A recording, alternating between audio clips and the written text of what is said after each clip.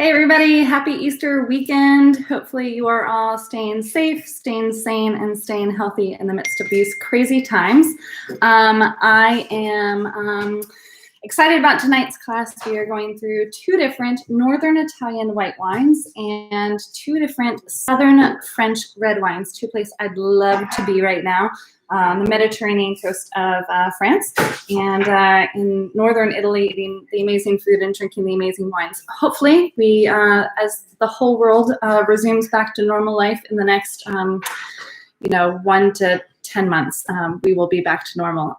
In the meantime, I'm excited to be doing these virtual classes with you all. If you're tuned in, please comment in the comment chat room and let me know where you are tuned in from. If you are drinking the wines that we are drinking tonight, if you got those packages. Hi, Jen and Jared from Virginia Beach here. Hopefully y'all are healthy. I know you're in dealing with the healthcare world, Jen. Hopefully you're staying healthy. Alex and Chase, great to see y'all. Saw them earlier today, said hello from across the fence as I delivered their wines and got to say hello to their dogs, which I miss a whole lot. Jeanette, hi, from Chesapeake, awesome. Just got your wines to you as well. Dominica from Williamsburg. She got a cool little pack of Southern French red wines, just all red. So you can customize these wine packets if you like. So Mark and Martha from Williamsburg as well. I always have some awesome people coming from Williamsburg. So yes, hanging in there. Thank you for asking, Jen. Wine certainly helps. So Marion and Tom coming from Williamsburg as well. While y'all are all tuning in and getting ready, just want to talk about the order in which we're going to taste the wines. Hopefully everyone's got the packets right in front of them. There should be enough packets for everyone in your tasting group to have one. Highly, highly, highly recommend you take notes as you taste the wines. It helps us become better tasters. And we have nothing else to do with our time these days. So become a better taster by taking notes. I'm all about the nerd life of wine. So this is going to be the first white wine that we're going to try. So this is the Ercole Bianco from Monferrato, Italy, and that's in Piedmont, Italy, nestled in the Alps of northern Italy. This is in a 1 liter bottle, screw cap, super easy to drink and awesome to share. Sometimes when you share a bottle of wine, you need that extra glass and a half of wine. And a liter bottle is really helpful to have in those situations. So if you're pouring your white wines, go ahead and pour them.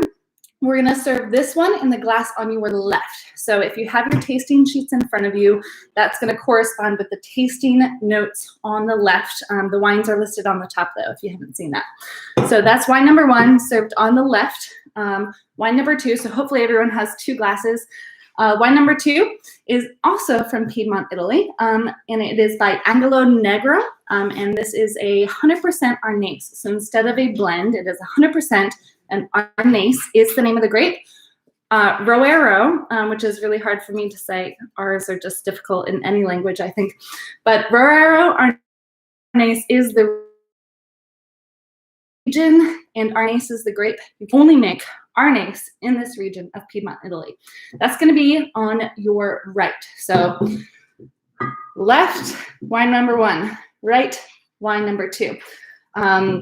So make sure you've got those set up, 2 glasses on hand with your note pages and your pen or pencil, whatever you like to write with.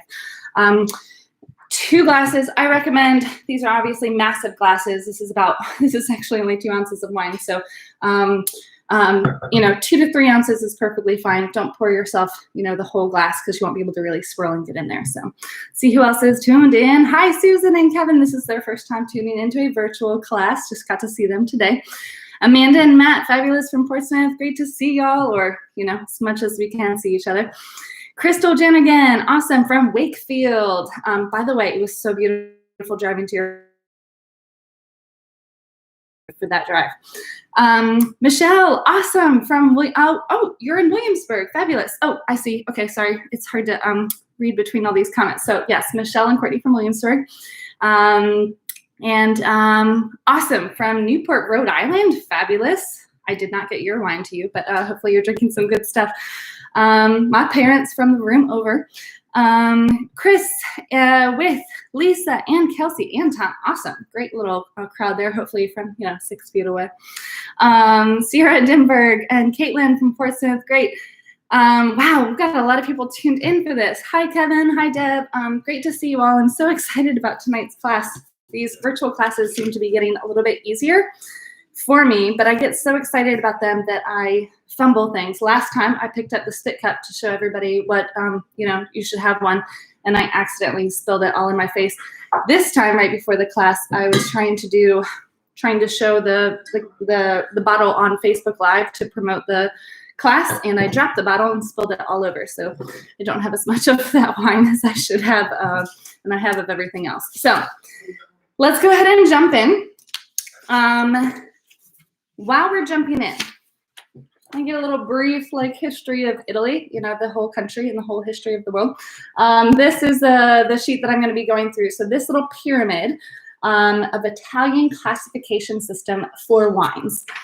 This box on the bottom, just really helpful in terms of understanding Italian wine labels, because sometimes there's just too much information and some words are really confusing. So when you see the word Azienda Agricola, is that the name of the winery? Is that the name of the producer? I don't understand.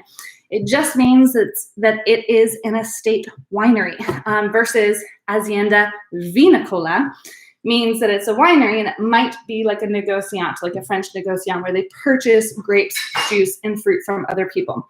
So we're not going to go over all of those terms, but if you're interested in decoding some Italian wine labels, that is really helpful to understand some of these terms and terminologies, what you're actually talking about. So on your Italian map right here, I'm just going to talk about kind of how Italy is broken down. Italy is super regionalistic, by the way. For instance, you could actually start a street war in Philadelphia if you talk to someone from Abruzzo, where their whole family is from Abruzzo, and you called them, Sicilian, and they'd be like, no, we're going to start a war about this. This is a big deal. Their heritage, their tradition, everything about their culture is very much tied to the villages and regions that they are from. So they don't consider themselves Italian as much as they consider themselves Sicilian, or from Naples, or from Abruzzo, or from Tuscany. So Piedmont is in the north of Italy, so right nestled in the kneecap of the boot of Italy, right where the Alps are, right here. So almost the northernmost region, definitely the easternmost region. And most of Piedmont is actually untenable for growing grapes because the mountains are so high that grapevines do not grow well there. So we're still higher elevation, but lower, we're not growing these grapevines in the Swiss Alps. So back to this pyramid here. We're going to talk about why there is a pyramid and what all these things mean, and is it important or not. So while we're doing this, feel free, you can just sip on the wine. We'll do a full tasting of the wines later, but I know you're thirsty, and this isn't a serious class, so I'm not going to make everyone wait to taste all together like we do in person. So on the bottom of the pyramid, you see VDT, or Vino da Tavola. That just translates to table wine, or wine of the table. There are no restrictions, hardly at all. You can break any of the rules of higher classified wines and really have a whole lot of flexibility to make wine however you want to make it. The restrictions are you cannot label the wine by the grape variety that it is. So you can't list whether it is Arnese or Cortese or anything like that. You can't list the region it comes from. And you can't list the vintage that it's grown in either. It's meant to be basically like the jug wine that's your house wine, that's table wine, that you're not supposed to be claiming a higher status than you are. They're keeping it at this status. We're going to jump up to DOC. Let's forget about IGT now, that next level up. DOC stands for, let's see if I can pronounce Italian right now, Denominazione di Origine Controllata. And that means the designated region, or the controlled designated region of origin. So this is actually controlled by the government, not just geographically, like the boundaries of the land that could be classified as this region, whatever it may be, but also what grapes are allowed to be grown there, how it is made in terms of the alcohol minimum content, what type of oak and how long you age it in oak for, to how much you can make of it, to sweetness level, to you name it.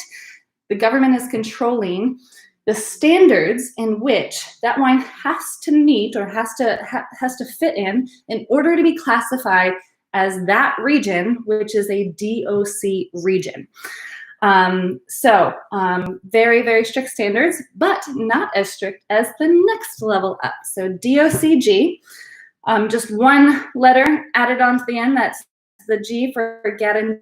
That just means guaranteed, and that's not necessarily guaranteed by the government to be the highest quality, but it's definitely guaranteed to have the highest restrictions, the highest quality standards, and the least amount of flexibility for winemakers and their innovative practices at all.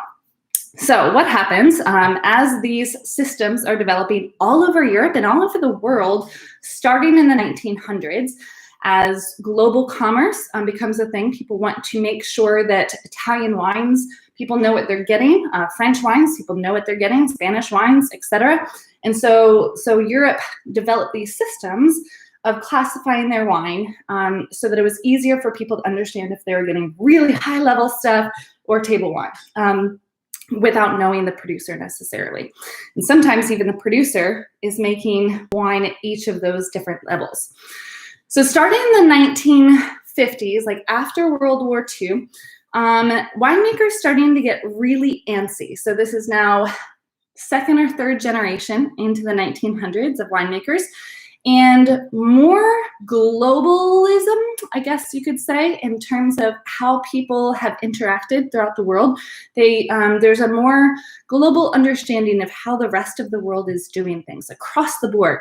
So these Italian winemakers, these new up-and-comers, these youngsters, are deciding that they're going to break some rules and maybe try and make wine in a more innovative way, or maybe not necessarily innovative for the world, but innovative for that region in Italy. So for instance, in Tuscany, so here's the map right here. Tuscany, we are right here on the west coast of Italy. This is the island of Elba right here where Napoleon was exiled to. So just inland of that, you have this area of Bulgari that's just on the coastal region right by the island of Elba. Gorgeous region, but tons of mosquitoes. You have this producer who is making a wine, and they're just making it for the family. In the early 60s, they've been making it since the late 50s. They're just making it for the family because they are not using Italian grape varieties. Like, shocker, this is not acceptable. So you can't tell any other Italian that you're making wine from Cabernet Sauvignon, a French grape variety. That is a huge taboo. Absolutely not acceptable. Also, they're aging in small French oak barriques instead of huge Slovenian and Hungarian oak casks.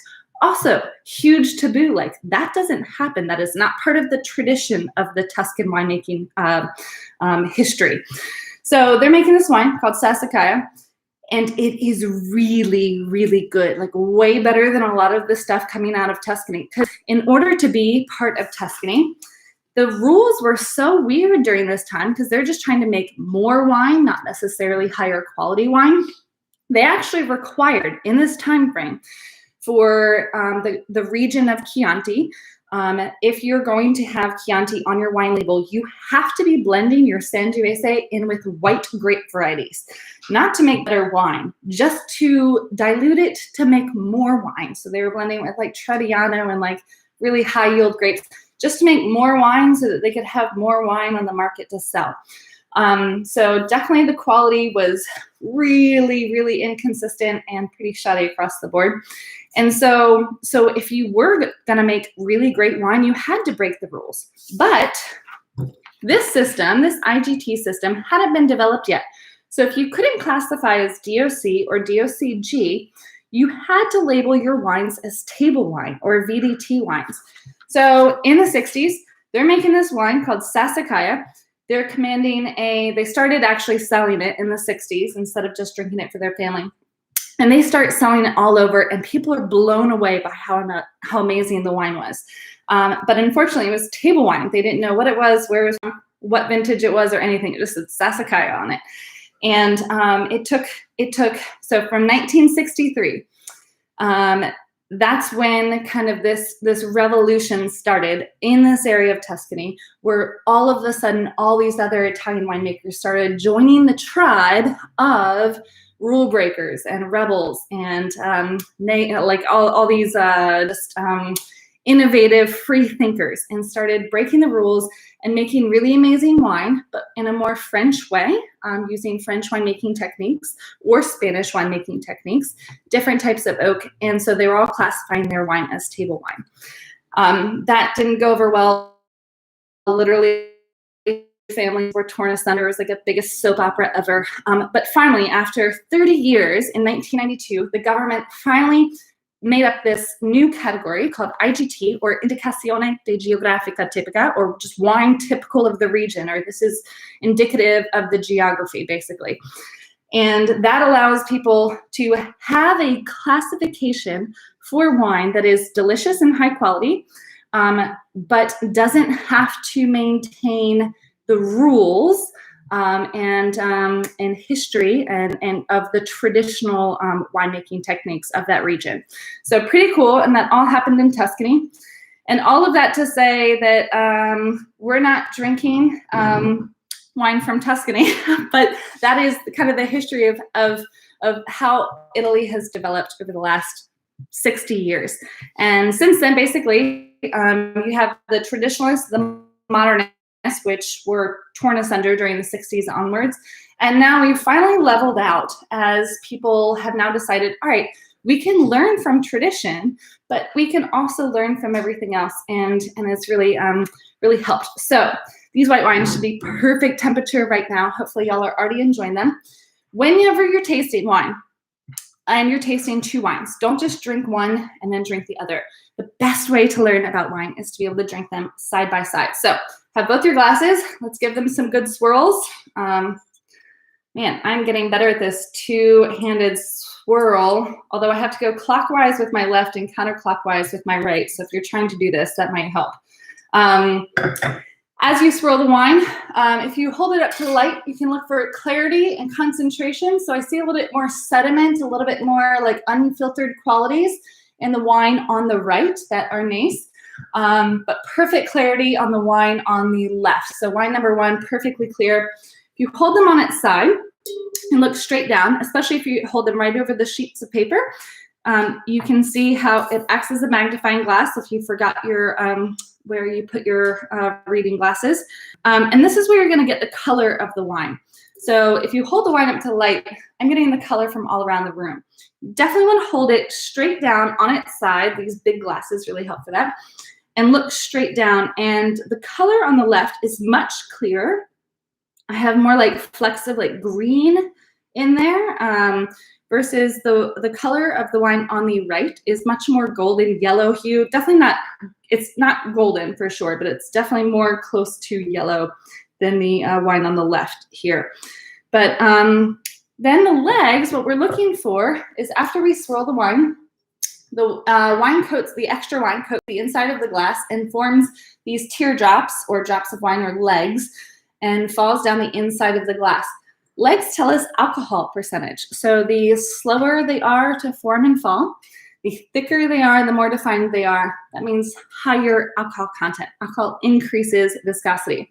So if you swirl both of these wines, let them settle, and check out the legs. See if you can see a difference between these two legs. If you've already consumed all your wine, just pour some more. It's okay. And let's see here. So let's see. Pretty darn close, to be perfectly fair to both of these wines. Pretty darn close. Let's see here. I'm gonna guess that these wines are like 12.5 to 13% alcohol, but let's see. Now, after this wine has warmed up and we've been swirling it around a bunch, it should be releasing all of its aromatics. So that happens as the wine coats the inside of the glass. So the reason we swirl and then smell is so that alcohol evaporates just slightly, and that evaporation releases esters. And those esters are kind of trapped in the glass, which is why we stick our nose all the way in the glass. So swirl one, stick your nose all the way in. Swirl number two, Stick your nose all the way in. Oh my word, wow. Number one's like, that's pretty light, delicate. I'm like, whoa. Number two is just, I mean, that is all up in your face.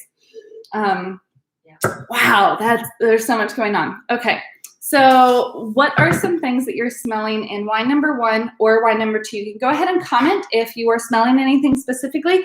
Just make sure you mention which wine it is. So you can say W1 for wine one or just number one or something like that. So we know which one you're talking about. But tell me some things that you're smelling in both of these. It could be fruit, they could be non-fruit. This wine aroma chart is really helpful for trying to name that smell.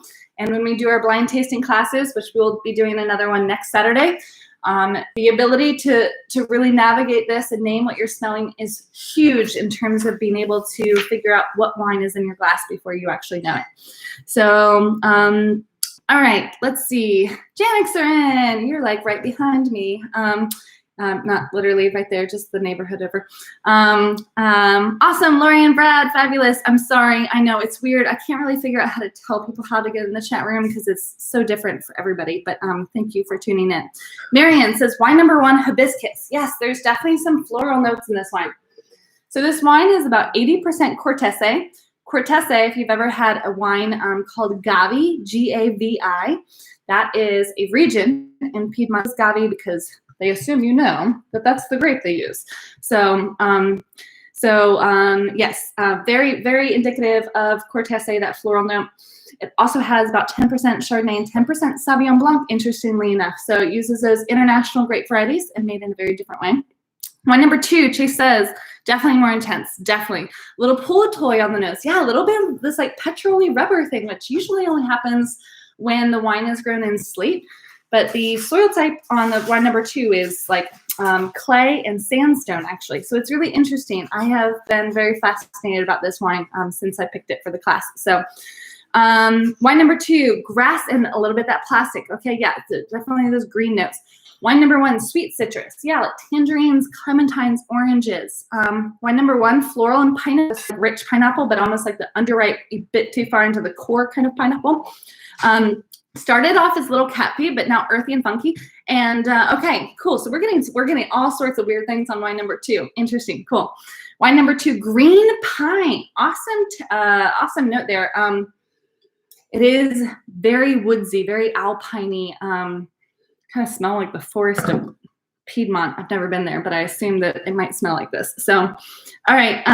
Steve Hill, that's my dad, says, get more citrus on one and a little bit more sweet fruit on two. Also pepper on two, like green bell pepper or like black pepper or like jalapeno. Which one? I'm going to ask you to clarify that. I love those calls.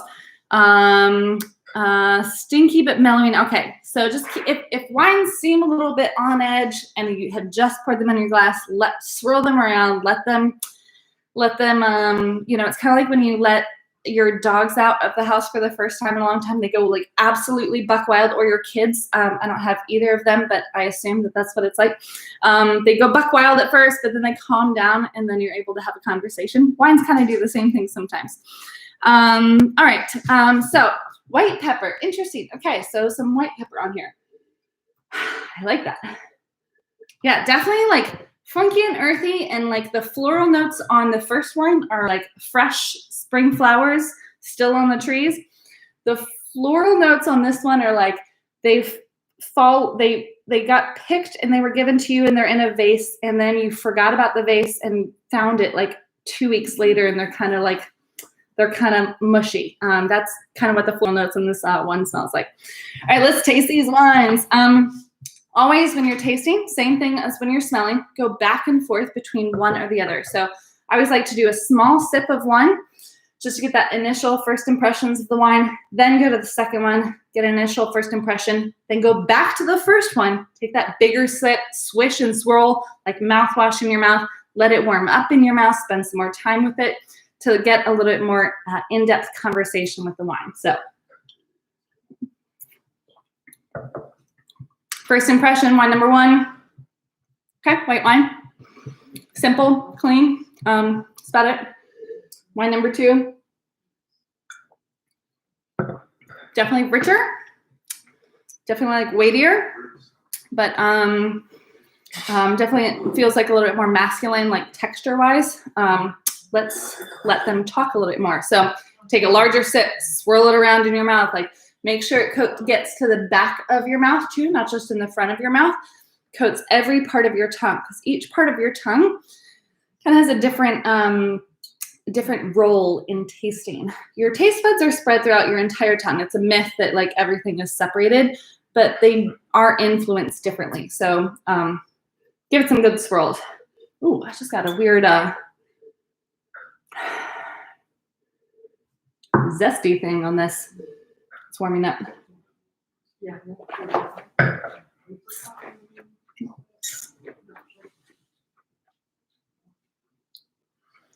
Y'all should be having fun on Saturday night, so you don't have to spit your wine. Ooh, wow. Totally different. As like it warmed up in my mouth as it took a larger sip.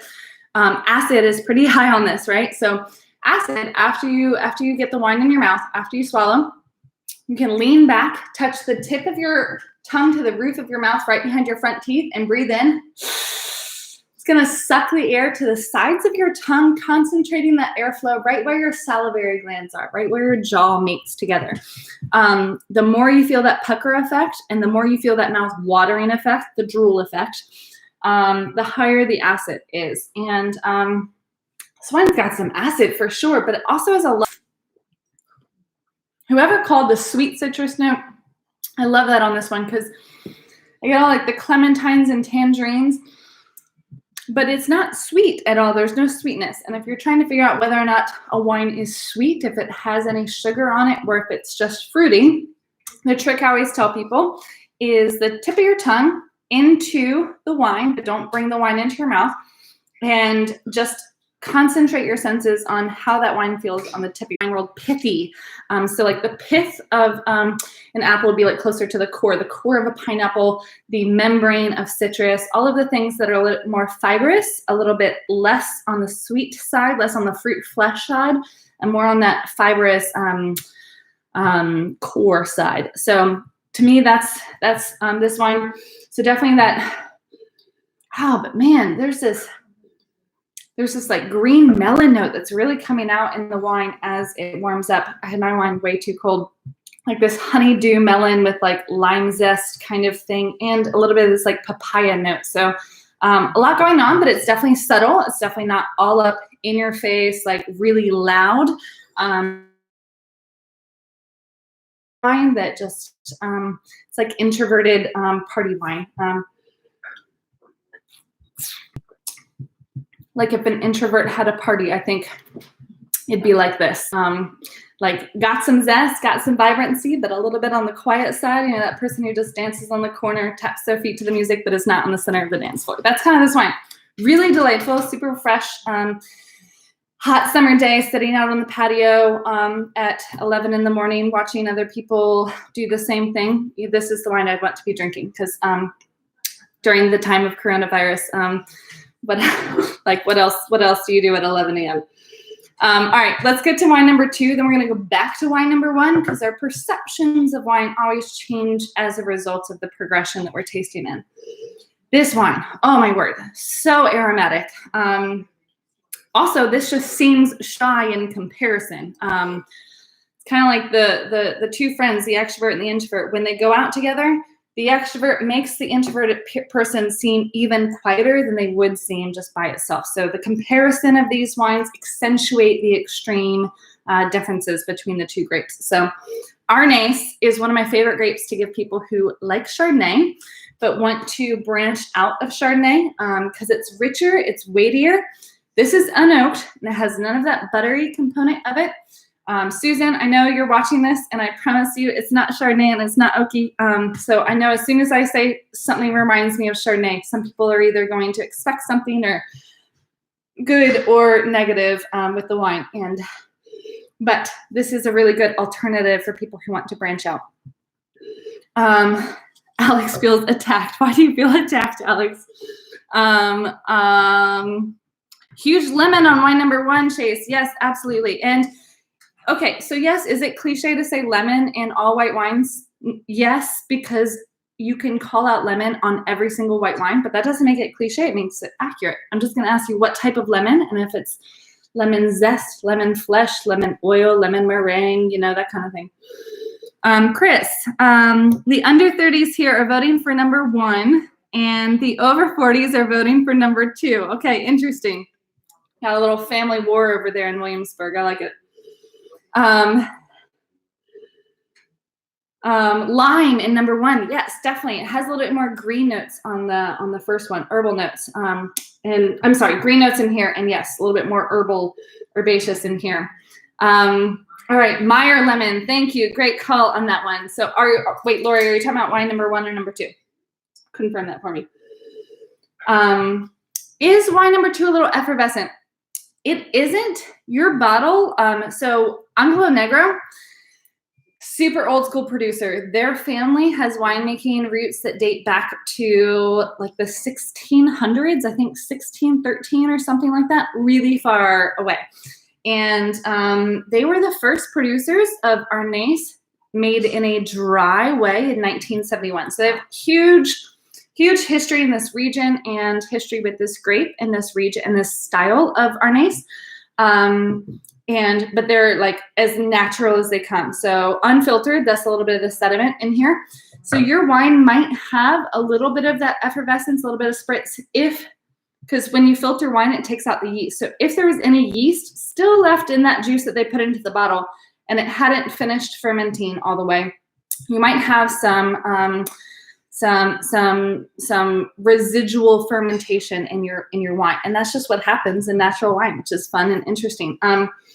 But if it's still there after a while, if it's a little too funky, then let me know. That's not how it should be, but it should go away. So let's taste this wine.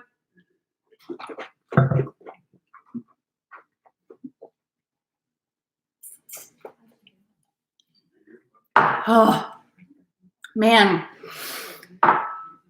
So introvert party wine, this is like introvert library wine. If I were an introvert, and I'm not, but if I were, I just want to be stuck in a library, reading a bunch of books, drinking this wine. This wine to me is very intriguing, super complex, tons going on, but it doesn't feel starbursty. So all of these flavors that are going on, it's not just like pals of burst of flavors going all over. It seems very integrated.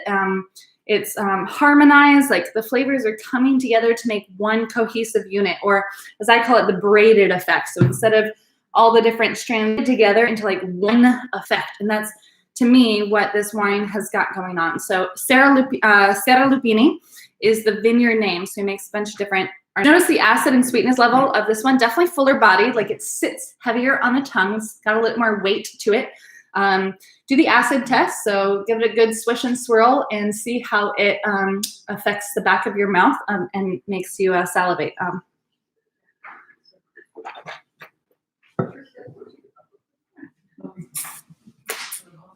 I can't spit that wine. That's delicious. So lower acid than the Cortese blend, than the wine number 1. I have higher alcohol content on this one. So the alcohol is kind of like you can judge alcohol content by how far it burns when you swallow the wine. This one kind of, to me, gives a little bit of a deeper effect, which means higher alcohol content. Let's see here. So wine number 1, 12% alcohol. Wine number 2, 13.5. So yeah, definitely a 0.5% higher alcohol. And that finish is just lingering so long. Like I'm continuing to taste the wine and feel it develop.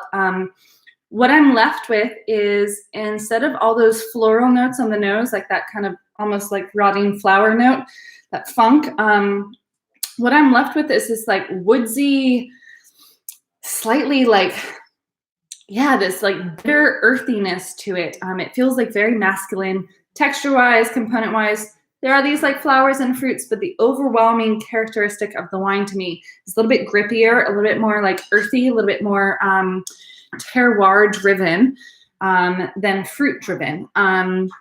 So, all right. So let's see what y'all are saying here. Braided, yes.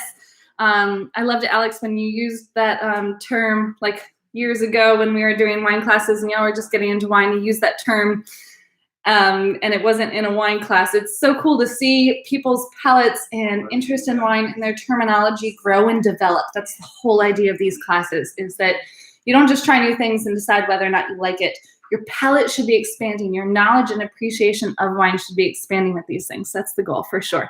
All right. Michelle says, wine number 2 tastes like old green apples when swirled. Okay, cool. I like it. Definitely everything feels like older, right? It feels mustier and it feels more rotten a little bit, but like in a good way, if that makes any sense. Thank you. I appreciate it. All right, number 2. You like number 2 a little bit or not? Okay, let number 2 warm up. I'm really curious after we taste the reds, pour yourself like a, or I just go back to it afterwards, but make sure you have enough of wine number 2 to go back to after the reds, because Arnaise like this is a white wine I give to red wine lovers as well. People who think that they don't like white wine because it's too boring, it's too like simple, like this one. Delicious simple, but still simple. And I like seeing people's minds change as they develop their palates and stuff. So acid a little bit lower. Let's do the sweetness test on number 2.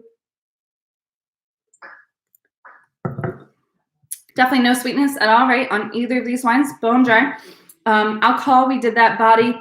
So balance and complexity, that definitely is more perception, like up to your own perception about the wine. I feel like both of these wines were balanced, but we have a more simple wine on the left. Wine number 1 is more simple, and wine number 2 is way more complex, like tons more going on, just layers after layers, and it keeps talking to me. So if I were, professionally writing wine reviews on these 2 wines, this would be like 3 lines, and I'd be more situational, like when you should enjoy this wine. Versus I could write some serious paragraphs about just like the continuance of this wine developing on the palate. So obviously different price ranges, but not that different. So this is a 1 liter bottle for $18, which means like the regular like 750 milliliter bottle would be like, $14 wine. So delightful, super simple. Also, it's just in Piedmont. Highly recommend them both.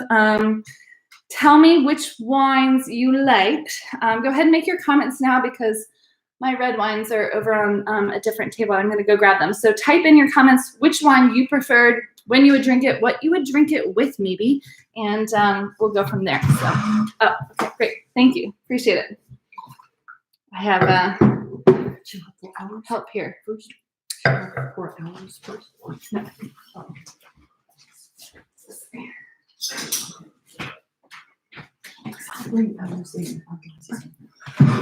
All right, awesome. Well, it's a good thing I wore pants for this video because I just had to get up. So, so I want to show y'all here. I haven't opened up the first red wine. I want to show y'all here how to use this type of wine opener. Hold on. It says my connection is unstable. Can y'all see me in there? Yeah, So, okay, cool. Just says my connection is unstable, so I just want to make sure I didn't lose everybody. So this type of wine key is called an ASO. Like, I'll type it in here so you know how to type it. And it's literally called that because after people see how it works, they say, ah, so that's how it works. So as you can see, it's 2 prongs here. This prong is longer. This prong is shorter. And the idea is that the prongs are going to fit on either side of the cork, in between the cork and the glass. So it's not supposed to go through the cork. With more delicate corks. So if I use this on a really young wine like that Arnaise 2018, it'd be very difficult to wedge this in between the cork and the glass itself because the cork is young, it's expanding, it's not allowing for any space in between the glass and the cork itself. The older a cork gets, the softer it gets, especially if it's stored on its side as it should be. and the more malleable it becomes. So the reason you use this for an older cork is because a regular corkscrew, just screwing it into the cork there, can start making older corks just crumble and totally dissipate into the bottle, which is obviously not great, especially older wines when the aromatics are really fragile. So if I would have to decant to remove the cork sediment from the wine itself, then I might lose a lot of the aromatics on a more fragile wine. So, gotta stand up for this. But you take the longer prong here, and you're going to put it just about 9 o'clock, and you're just going to wedge it in between, just wiggle it in between the cork and the glass. So as you can see, it has not pierced the cork itself, it's just in between the cork and the glass. Just so this is the perfect time. This is now when the shorter cork, the shorter prong, sorry, not the shorter cork, is able to be wedged in between the cork and the glass. So right opposite sides, so right about 3 o'clock. I'm gonna hold this and slowly, make sure to do this slowly. You're gonna go wiggle it back and forth, just like a seesaw. Don't try and do too much one way or the other. Could either break this, which has happened to me before, or just you're gonna push the cork down into the bottle, and you're gonna have the same problem you did if the cork broke apart. So just wiggling it back and forth. All right, so you're gonna leave about 1/4 of an inch maybe in between the cork and this. Perfect depth, so we've gotten all the way to the bottom of the cork right here. Now I'm gonna gently pull this up again, slowly. As I'm pulling up, I'm slowly twisting it. I twist counterclockwise. I'm sure you could do it like this clockwise, but this makes it easier for me. So I'm just gonna slowly pull up and make sure I'm not bending the cork or wiggling this back and forth at all anymore. I'm trying to go straight up as I slowly twist, if that makes any sense. So as you can see, this is the prong here, so it hasn't pierced the cork, and it's allowing for the cork to stay in one solid piece.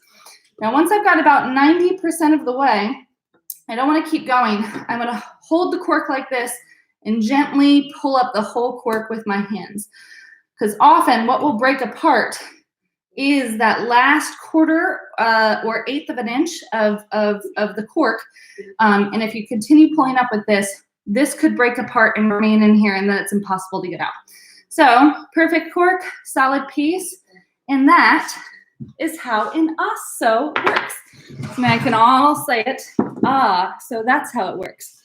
All right, so this wine, hopefully it's good because I didn't obviously taste it beforehand. See? Oh, yeah, that's good. All right, so this, the brown label, Chateau d'Anglaise, from Le Clap region in Languedoc, the Grand Vin 2008. This should be the red wine on your left. The red wine on your right should be the Saint-Joseph, that is the region. The single vineyard is Les Morais, and the producer is Nicolas Badel. So pour these out here for you. Make sure you keep, if you get these wines mixed up, it should be very obvious. You can tell from the color alone how different these wines are. This is wine number 1, 2. So let's start getting into these wines. Go ahead and you can. This is the French wine classification pyramid. So every country in Europe has a different classification system for the wine. And they're all different in terms of how strict they are, but the purpose is the same, is because in Europe, so all of Europe is old world wine, unlike the new world wine, basically everything colonized, North and South America, South Africa, Australia, New Zealand. It's all new world wine regions that learned their winemaking techniques from the old world. The old world mainly labels their wine by region that the grapes are grown in. Know that to be labeled Saint-Joseph, that is the region, then it has to be 100% Syrah. You cannot blend it with anything else. They only make one grape in this region, and that is Syrah. So it seems confusing in terms of when you're buying old world wine, because it doesn't, if you don't know those rules, then it makes it harder to buy them. But once you do learn those rules, then it opens up so many things, because instead of, let's say, Columbia Valley, Washington. One of my favorite wine regions and makes some really great stuff, but I have no idea if I'm getting Riesling, if I'm getting Gewürztraminer, if I'm getting Cabernet, Merlot, Pinot Noir. Like literally they grow almost every single graphically. It has to come from that region, and only then a majority of it, a large majority, 85%. So with Saint Joseph though, not only do I know the grape and the region it comes from, I know generally what that wine is gonna taste like, because you have to actually pass taste tests to be able to classify your wine in certain regions. So of this pyramid, they also have table wine, so vin de table, table wine. Then you have vin de pas, and that just means country wine, basically. We'll never see table wine in the States here. They don't export that at all. That's literally house wines and restaurants in France. We will see vin de pas, VDP, wines here in the United States. Vin de appellazione, I say everything with an Italian or Spanish accent. So vin d'appellation d'origine contrôlée. I have no idea if that's correct or not, but I gave it a shot. So we just call that AOC wine. So that is the specific region that is designated. So not just south of France, but a specific region is designated.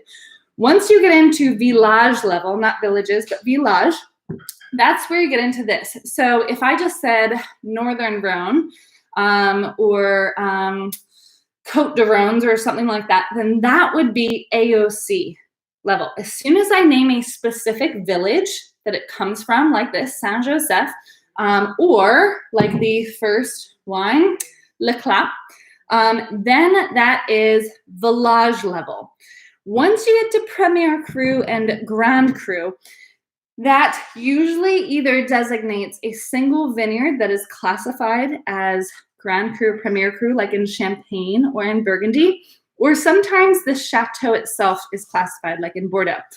That's French wine 201. We'll get down that way another time, but you definitely get more restrictions, higher quality, and definitely associated with higher price range in French wines. So a very strict correlation. In fact, they actually classified wines back in the day just based on how expensive the wines were, like what the price was of those wines. This wine commanded a higher price, so it's getting a Grand Cru tag on it.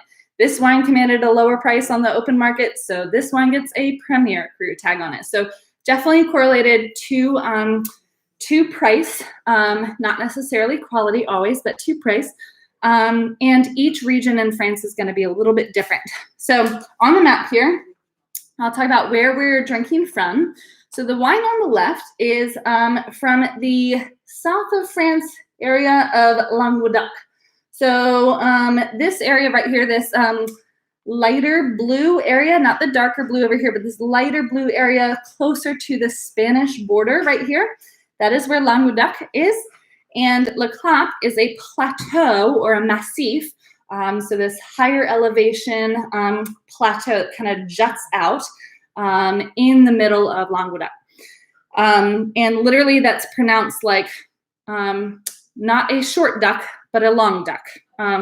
Long duck is, you don't say Languedoc or Languedoc, just long duck is perfectly fine. So that's right on the Mediterranean coast.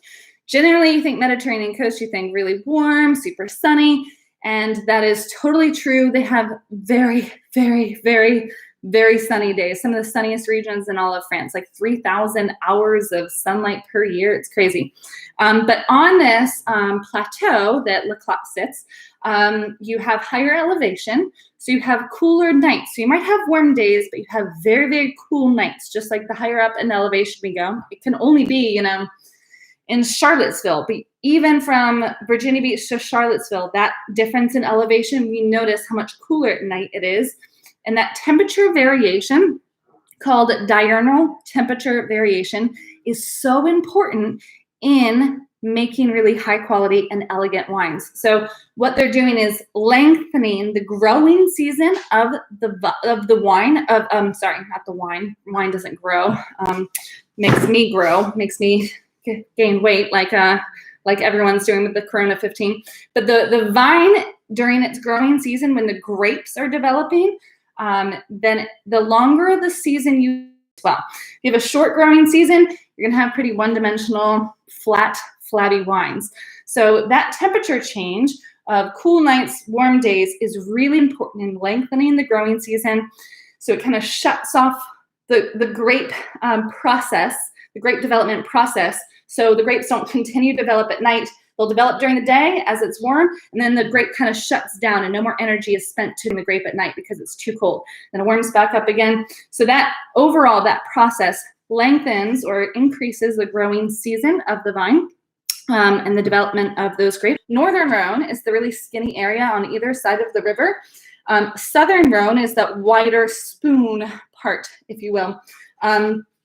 Super, super, super different. Like Northern Rhone, Syrah is the only red grape that's grown. Southern Rhone, Grenache is the primary grape. Northern Rhone, you're all grown on like strict granite and just like very, very steep slopes, like sometimes 60-degree angles on some of these slopes.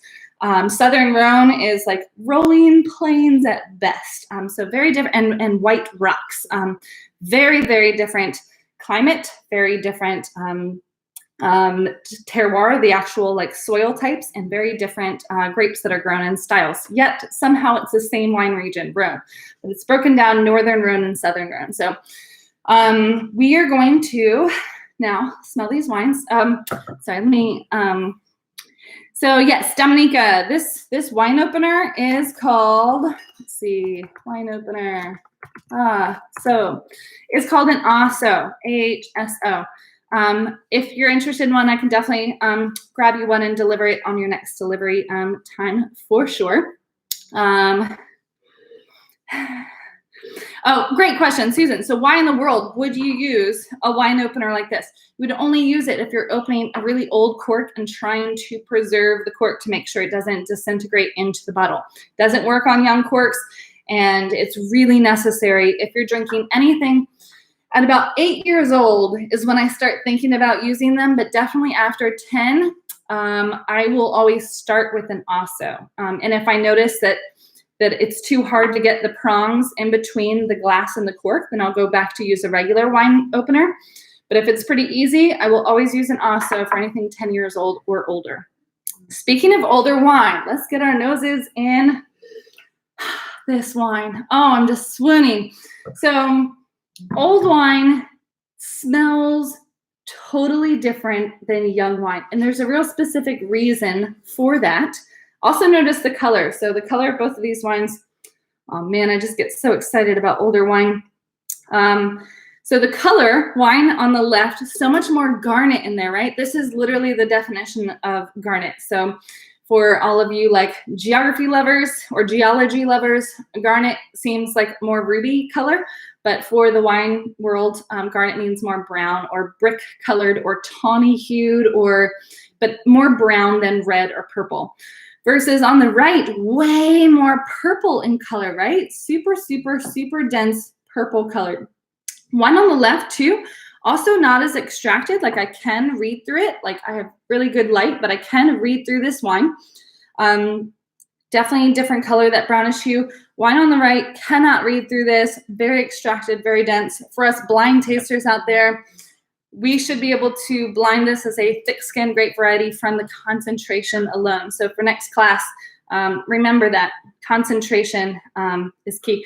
So as you swirl the wine, and as it's on the side, notice how the wine is staining the glass of the wine on the right as well. Versus on the left, you can swirl it, staining a little bit, but definitely staining brown in color, brickish in color than that really, really rich purple color. So immediately off the bat, these wines are drastically different, night and day for sure. Check out those legs.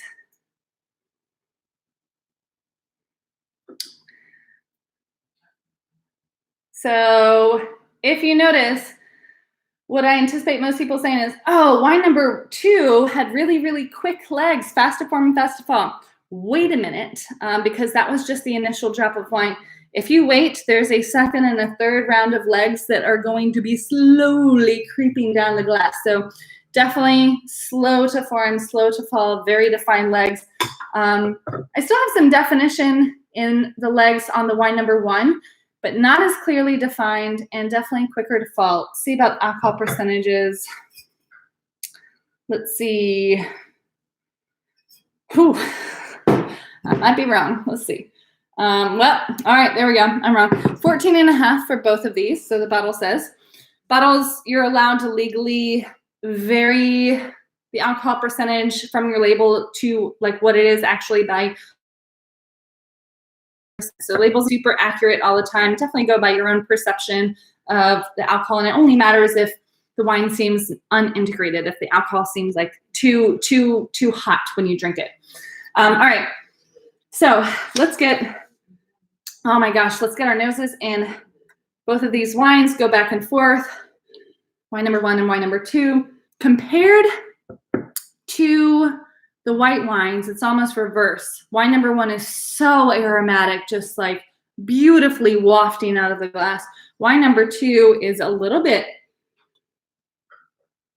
it's more kind of like single note punch, but not this like wafting aromatic. So that should develop as the wines open up a bit more. So what do y'all smell in the first one? I'm so curious. Also, I am behind on comments. I apologize. Once I get into geography, it's hard for me to stop. So, okay. I like your comment, Alex. I pair it with a warm summer day. Absolutely, those white wines would be perfect. Oh, fabulous! I'm glad, Amanda, you're drinking that Valpolicella. Love, love, love, love, love that wine. Okay, awesome. Let's see, let's going down to see what y'all are smelling here. So damp leaves for wine number 1. Love that call. As wine ages, one of the aromatics that changes is that the fruit, the herbs, the flower notes, anything that's organic, that's growing, that's not mineral or leather or anything like that, those things change from smelling fresh and like just picked to becoming dried or stewed or older in a way. So as the wine ages, so does the perception of the fruit, the flower, and the herbs that we smell as well. So I like that damp leaves call. Just cassis on the front. Awesome. Marion, is this for wine number 1 that you smell the cassis? Oh, there's just so much going on. A little bit of belt leather. Yes. Okay. Definitely. Like this wine number 1, super, super, super leathery. Definitely that old belt that you've had in your closet for, 15, 20 years that you've made bunches of different notches for to either tighten it or loosen it. Definitely not like new purse leather for sure. So Michelle says fir and whiskey. So that caramelization that you smell, that kind of vanilla that reminds you of whiskey, is what older red wine smells like. And we'll get to that in just a second. So awesome. Leather, dust, pepper, black currant. Yes, great. So that cassis, black currant. Number 2, oh no. If number 2 smells like wet dog, Dominica, your wine might be corked and I might have to replace that. Keep swirling it, and if that wet dog smell continues to increase, then the wine might be corked. I apologize. Wine should never smell like wet dog. Brettanomyces funk is something different, but this wine doesn't have any like Brettanomyces in it, so it shouldn't. If that increases, I will replace your bottle for you. So wine number 1, bandages. Interesting. Like Band-Aids, like the plasticky smell. Please elaborate, Mom, on that one. You can just yell out from the next room. After you take them off. After you, oh, all right, there you go. Okay, she says Band-Aids after you take them off. That is iron. What you're smelling is iron. What your brain is like triggering. So the part of your brain that processes smell is closest out of all of the senses to the part of your brain that stores memories. So sometimes you skip from one thing to here, and something you smell reminds you of this thing, and you don't actually consciously know the steps. So you think bandages, but what you're really smelling is like blood or iron. Grenache Shiraz Mourvedre blends from this region often kind of smell a little irony. So really interesting you picked up on that. Love it. But in like a good way. That's what I always have to say after I smell anything weird or talk about anything weird in wine. So tobacco, fabulous. We are getting so many notes on this wine. I love it. I like the, oh no, Lori, did you get Wet Dog too? On wine number 1 or wine number 2? I really hope that these wines aren't corked. It should not be. Okay, swirl more, let me know what is going on. That wines can be gamey a lot of times and really animalistic. Syrah can be. So sometimes that will blow off as the wine opens up. That's fine, but if it smells like cardboard or moldy newspaper or Wet Dog rolling around in cardboard or moldy newspaper, that means that the cork itself is basically has affected the wine to the point where it's affected the smell completely. So that's not a good thing. All right, fabulous. Let's wine number 2 to me is all of these like really, really fresh fruits, really, really dark black cherries, dark brambly fruits. Of all of the herbs that I get in wine number 1, instead of dried and like, you know, hanging out a little dusty, I get definitely like very, very fresh, pungent kind of, and a lot of flowers on this one too, like purple, violet flowers. Maybe like wisteria. Maybe I'm just thinking that because it's growing everywhere and blooming everywhere. There is some funk, but I think that the funk is this animalistic meatiness that Syrah often has, especially in Northern Rhone if it's opened pretty young. And 5 years for Northern Rhone, it's actually pretty young to open up. This is the last of the vintage, by the way. I only have the bottle that I'm drinking now and 1 extra one. So that's why on your sheets, by the way, on those red wine tasting sheets, this is why I should never copy and paste when making any notes. You see that the price for both of the red wines was $18 because I copied that format from white wine number 1. I never changed the prices. So red wine number 1, I will give it to you for $18 because it's the last of this vintage 2008. But normally it's like $27 or so. I think I put that in the email. Wine number 2 is definitely like a $45 bottle of wine. So do not think that this is what $18 bottle of wine, but you can't order it anyway. So it didn't matter if I missed the price. So, all right, let's taste these wines and we're going to get into why older wine tastes and smells so different than younger wine.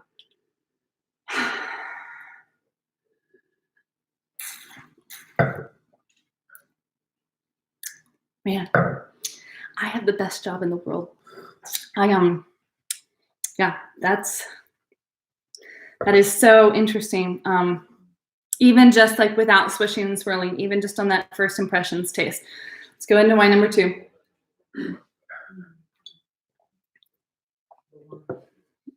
Ooh. That certainly commands your attention for sure. Oh man, even just on that like first initial pop, that first initial sip. So we're gonna swish the wine in our mouth a little bit more. We are gonna focus on acid just like we did with white wine. Red wine generally has lower acid than white wine, so all of these will seem a little bit lower. You're also gonna focus your attention on, instead of the mouth, where your lips are, that is where tannins kind of grip onto and dry out your mouth. It gives you that cotton ball effect. Like it feels like you just got out of the dentist and you had cotton balls stuck up in your mouth. Took all the moisture out of your mouth. Tannins come from the skin of the grape, the seed of the grape, that anything that's around is your mouth. If you're not eating food, it just sucks the moisture out of your mouth. If you're eating food, it works on the food, which is why really tannic red wines work with fattier foods because it gives it something kind of to hold on to. Let's focus specifically on the tannins and how they differ between wine number 1 and wine number 2. To do that, this will accentuate the tannins to a point where the wine will not be pleasant. So I apologize, but it's important in terms of analyzing the wine. You're going to push the wine up into your gums. Hold it for a second before you release it. That's going to really accentuate that texture of the tannin. So do that to both of these wines, but in between wine number 1 and wine number 2, take a sip of water to kind of rehydrate your mouth, because otherwise wine number 2 will just seem tannic because you tried a red wine before it. So try it out. Tell me what you think.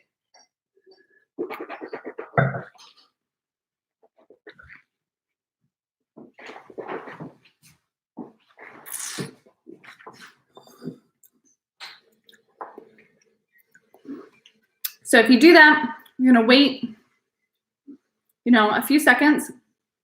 The tannins will develop. But honestly, the tannins are super, super soft on this wine. Yes, they're there. Like, yes, what we did just accentuated them. But they are soft. They're a little bit delicate. They're not scraping my mouth dry. See, rehydrate and then try it with number 2.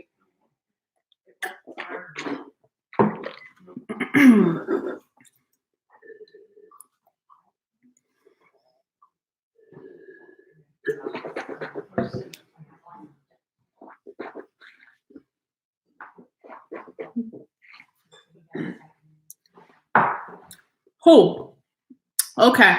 Now we talking tannins. I can't feel my lips right now. But notice, for any of you blind tasters out there, Chris, Janowitz, you're out there. For anyone who's either studying blind tasting or wanting to participate in more of the blind tasting classes, the specific place in your mouth that you feel those tannins is really indicative of where the tannins come from, whether it's the grape itself or the oak that the wine was aged in. So I personally feel all these tannins up into my lips and my cheeks, more so than just my gums right around my teeth. That is an indication that the tannins are coming from the oak that the wine was aged in.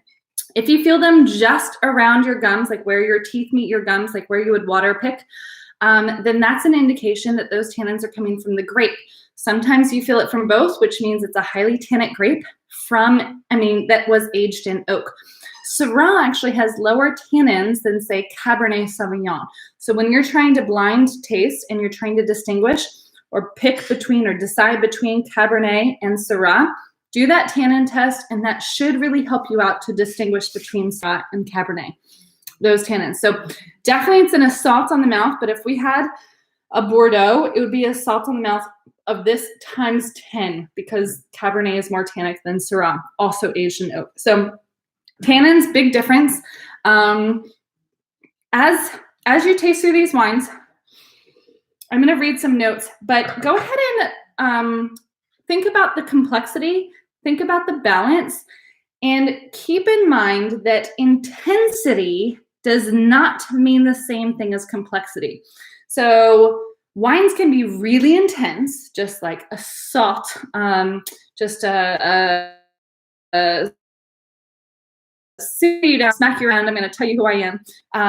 Just really, really intense on the flavor, but not necessarily complex on the flavor. So you're not getting loads of different flavors. You're just getting a few. They're just really loud. Complex wines don't always have to be really loud. So don't confuse the two. Sometimes you find them both. Sometimes a really intense wine is also really complex. I'm not saying either of these fit into that category, but it's my mission in life. I think my new mission this year is to explain the difference between complexity and intensity. Because most people, when they taste softer, lighter wines, they think, oh, there's nothing here, there's no flavor. There's lots going on, but they might just be more subtle or more soft or quieter flavors than really intense flavors. So give yourself the space to hear those quiet flavors, if you will. So yes, Lori, there is a picture here normally, but you're also thinking about my videos in my home, and I'm in my parents' house right now. So let's see here. So, all right. It tastes great after swirling. Awesome. So good. Wines need to open up, and I would taste without decanting. And then, in the future, if you want some more of Saint-Joseph, even if it's not this one, maybe decant it. All right. Let's see. Dewey says decant number 2. Perfect. Yes. Decant number 1. Okay. So if you're getting a lot of sediment on number 1, decanting will help remove the wine from sediment. So a decanter, just imagine this is a decanter, is just a vessel to put wine into. We do this for 3 reasons. 1, because the wine is really young and needs to open up. That's like wine number 2. It's really young, needs to open up. Swirling helps release those flavors, soften those edges a little bit. 2, we decant wine because it's older, and older wine develops a lot more sediment, the particles that look like kind of dirt in the bottom of your glass. We decant the wine from the bottle into the decanter and leave the last ounce of wine in your bottle. So that allows you to access the wine without the sediment in it. So that decanting older wine is helpful for that. But you have to be careful with older wine because decanting also releases those aromatics and let it soften it up.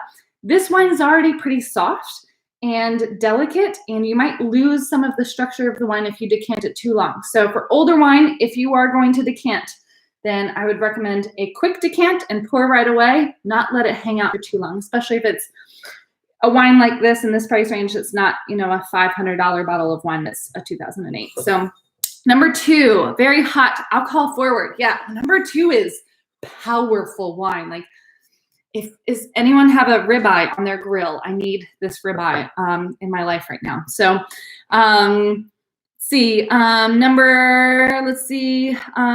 2 made my gums cotton ball. Number 1 was bitter, but not exactly dry. Like, great. So let's talk about the texture of number 1 and why it is so different, why older wine is so different. So with time and with age in the bottle, tannins in the wine soften. So those tannins that give you that drying sensation that are also taste bitter, they are in young wine, they are suspended throughout the wine. And they latch on to esters, those chemical compounds that we smell. There's a specific type of ester that they like to hang out with when they're young, and they bind with those. As they get older, tannins start to lose their charge, which unfortunately now ester is not attracted to tannin anymore. So ester becomes released, and those tannins decide that they like each other again now because they are not repelled by the similar charge that they all have. So over time, those tannins link up and form these long chains and can no longer stay suspended in the wine. They sink to the bottom, thus becoming sediment in your wine. They absorb pigment from the wine, changing the color also, and sink to the bottom, releasing those chemical compounds, those esters that previously were not released. So young wine, when you swirl and smell, there's esters in here that we chemically cannot access because they are bound with tannins. As wine ages, start smelling different things because those esters are now all of a sudden released because the wine has aged more. So that is literally why older wine tastes different, because those aromatics were in there all along. You just couldn't access them before because they were connected to tannins, which then sunk. So really, really fascinating how the chemistry of wine changes so much with age. Acids, the acid compounds, they change form, but you're always going to have the same amount of total acidity in your wine. But the acid compounds will change form. So overall, the tannins are binding up and sinking to the bottom, so you're not feeling that sharp, that bitter, that really intense astringent effect of tannins. Also, the acid compounds are changing, so it doesn't feel as acidic. So overall, the wine seems softer, more elegant, rounder, smoother, silkier. And that is because of the chemical change in the wine as it ages. It also smells so different. We call a wine that is older, that smells like this, are these dried things. We call it vinous, V-I-N-O-U-S. So wine that smells more like wine than fruit. And it's a really beautiful thing to smell that. So oxygen also affects the aromatics quite a bit, and the oxidized effect will also change the color, make it more brown in color, just like oxygen makes your apples brown when you cut apples. It changes those compounds in the apples. Well, it changes the compounds in the fruit of the wine as well, changing it more to brown color rather than purple or red. It'll also make your white wines darker as well. So with that oxidation also comes the smell of like caramelization, like burning sugar on the oven, or anytime you like cook something like onions in the pan too long so they start to caramelize and turn brown and crispy. That caramelization is what I get whenever a wine is oxidized, either too much, like to the point of being bad, or just because it's older. So really, really round. If you do the sweetness test, there is no sugar on this wine. No sweetness whatsoever. Super, super dry. Let's try it for number 2, just to make sure.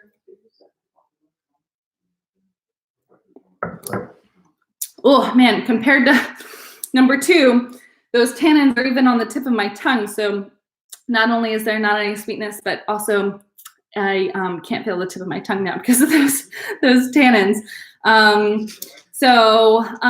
Okay, so let's talk about balance and complexity. So taste through these wines, really focus on hearing those layers of flavors, and let them talk to you and tell me which of the 2 reds you think is maybe more complex. Maybe they're both the same amount of complexity. Maybe one more is balanced. Maybe they're both balanced and complex, but just taste different. So this is more up to your perception. I'm interested in hearing what you think about these wines now.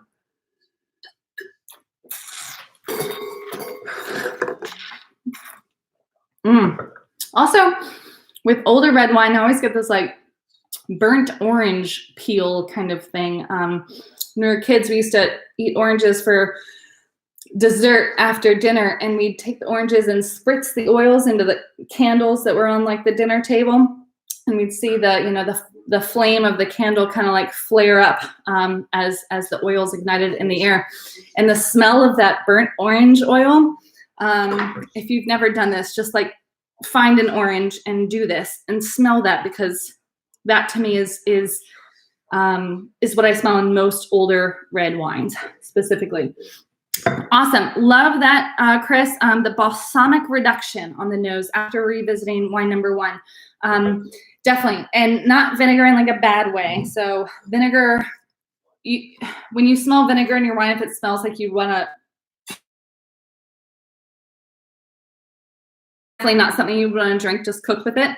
But balsamic is more of a smell that is associated with oxidation in wine. So sometimes a bad thing if it's too oxidized, but sometimes the wine's just the order. Take a big sip of wine number 2, Saint Joseph, that Syrah, swirl it around your mouthwash. Go back to wine number 1 after you do that. You might notice, at least I would expect, that wine number 1 almost seems like water. Or super watered down if you taste it right after a big sip of wine number 2. So while wine number 1 is maybe a little bit more developed at this time, not just more complex because it's older and different flavors have come about, it's also softer and shyer. So it's like it's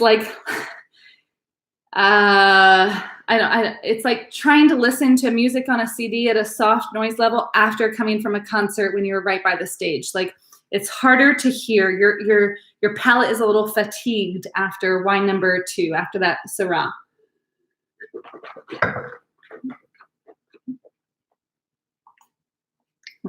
Big sip of that Syrah. Super peppery. Oh, all this black fruit. Tannic, all that minerality. Feels like pencil shavings are just... I just took a big lick of pencil shavings. That graphite. Let's try wine number 1.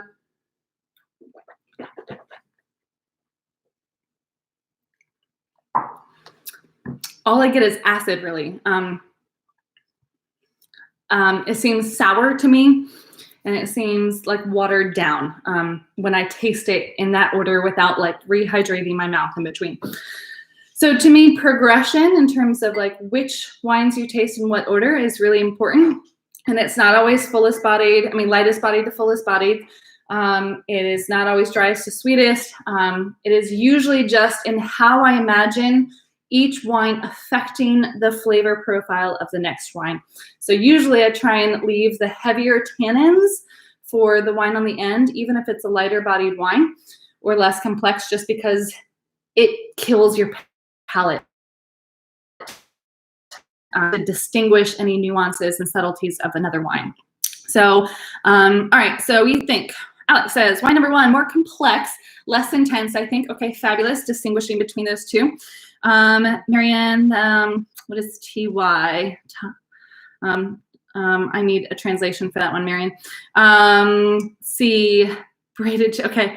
Lots of things going on without difficulty to pick something out, somewhat difficult to pick something out individually. Yes. So just like All right, so we know Jackson Pollock, just the paint splatter, right? In the 60s and 70s, and each different paint splatter is harder to find when you stand back and look at all of the canvas from 10 feet away. When you get super up close to it, you can see the individual things, but balance is about seeing the whole canvas together instead of each individual thing. So yes, it becomes more difficult to pick out individual flavors. So, all right, so we agree, wine number one, a little bit more complex. All right, cool. So I want to hear from more people. Okay, gotcha. Sorry. This is what happens when I don't read all the comments in order. So Chase says, wine number one is more braided. Fabulous. Great. Wine number two, we'll get there. This is the difference of trying a young wine. It's kind of like a young whippersnapper. Isn't that what they used to say? Seeing someone with tons of potential that's just at the beginning of their career. You know they're going to do amazing things, but they're super, super young into their career, and you're just like waiting for them to develop. That's what that Syrah is to me. That's what that Saint Joseph is to me. Versus that the 2008 GSM, I wouldn't age this any longer. Like, it is at its prime. It's not going to get better with any more age. It's not going to necessarily get worse. It will eventually, but I think for the next 2 years, this wine is perfect right now. This is at its where it needs to be, but it's not going to get better with age. So versus the Saint Joseph will get better with age. To me, the Saint Joseph, all I'm tasting is potential. And if I were to drink this now, I would decant it for 4 to 5 hours, and I would need it with food. That's how much attention that wine would need in order for me to really think it's coming into its own. So, oh, awesome. I'm glad your aunt is tasting with you, Crystal. Oh, dislikes all red. Okay, so both of these, fabulous. This is my favorite thing in the whole world, when someone thinks that they hate Chardonnay or doesn't like red wine or doesn't like sweet wine or doesn't like white wine. When they all of a sudden taste wine, they're like, oh, I actually do like this, because not all red wine tastes the same. Not all sweet wine tastes the same. Always give yourself the chance to try things that in your head you don't like, because that's the only way you're going to develop your palate. That just made my day. Thank you, Crystal. Yes, we have a convert. I love it. Yes, my specialty is expanding the horizons of what we think we like in our wines, hopefully. All right, so out of the 4 wines that we tried, which wine, not which wine did you like the most, because that's a boring question. Which wine was the most enlightening? Which wine made you do a double take? Which wine gave you a little bit of whiplash? What was that? What did I just taste? What's going on? Was it the first white wine that was just super simple and delightful? Was that the more masculine, rotting flowers of the Arnase? Was it the caramelization, oxidation, balsamic of the 2008 GSM blend, Grenache Syrah Mourvedre GSM? Or was it the Syrah, that super meaty, powerful Syrah? Tell me in the comments, or if it's reversed in the comments, I don't know which way I should point on the screen. Tell me which wine was the most surprising to you, even if you hated it the most. That doesn't matter to me. If you liked it or didn't like it, tell me which one you liked. So Steve says, my mom says 2, because it changed so much over time. Awesome. The red wine number 2 or white wine number 2? Red wine number 2. Yes, that's Syrah. I've got this much in the bottle, and I plan on decanting it after this and just seeing that wine blossom. Awesome. Red wine number 2 for Michelle, white wine number 2 for Courtney. So interesting. Let's see. Chris says the first red was the one that definitely grew throughout the tasting. Okay, I thought the first red develops time. And isn't that interesting how we're all tasting the same wines? And we all have these different impressions of how much the wines were different. I really, really enjoy that. So first red. And Dominica, did you open up all 4 reds or just the 2 that we were opening up for this class? Please tell me. I'm interested in what you think about the other 2 Northern Rhone Syrahs that I gave you for your little 4-pack. Okay, so interesting. So you actually opened up Le Clap the day before, totally different. You like it better today. Interesting. I thought that the wine, the Le Clap would disintegrate over 24 hours. This to see how the wine's going to change. I am super excited for this class. Hope you guys are staying safe and sane and healthy. I really look forward to next week for the blind tasting. We're going to be doing 4 wines. But I'm probably going to be doing 4 red wines specifically so we can get a little bit more focused on the red wine grape varieties, just because it takes so long to introduce how to blind taste white wines and red wines. It gives us a little bit more time to focus specifically on the. I think it's going to be really fun. So if you're interested in that, make sure to let me know. I think there's only going to be 35 packages available for that next week. So that'll be next Saturday at 7. Please let me know if you'd like to participate. Thank you for tuning in. I hope to see you again shortly. And until next time, drink good wine. Cheers.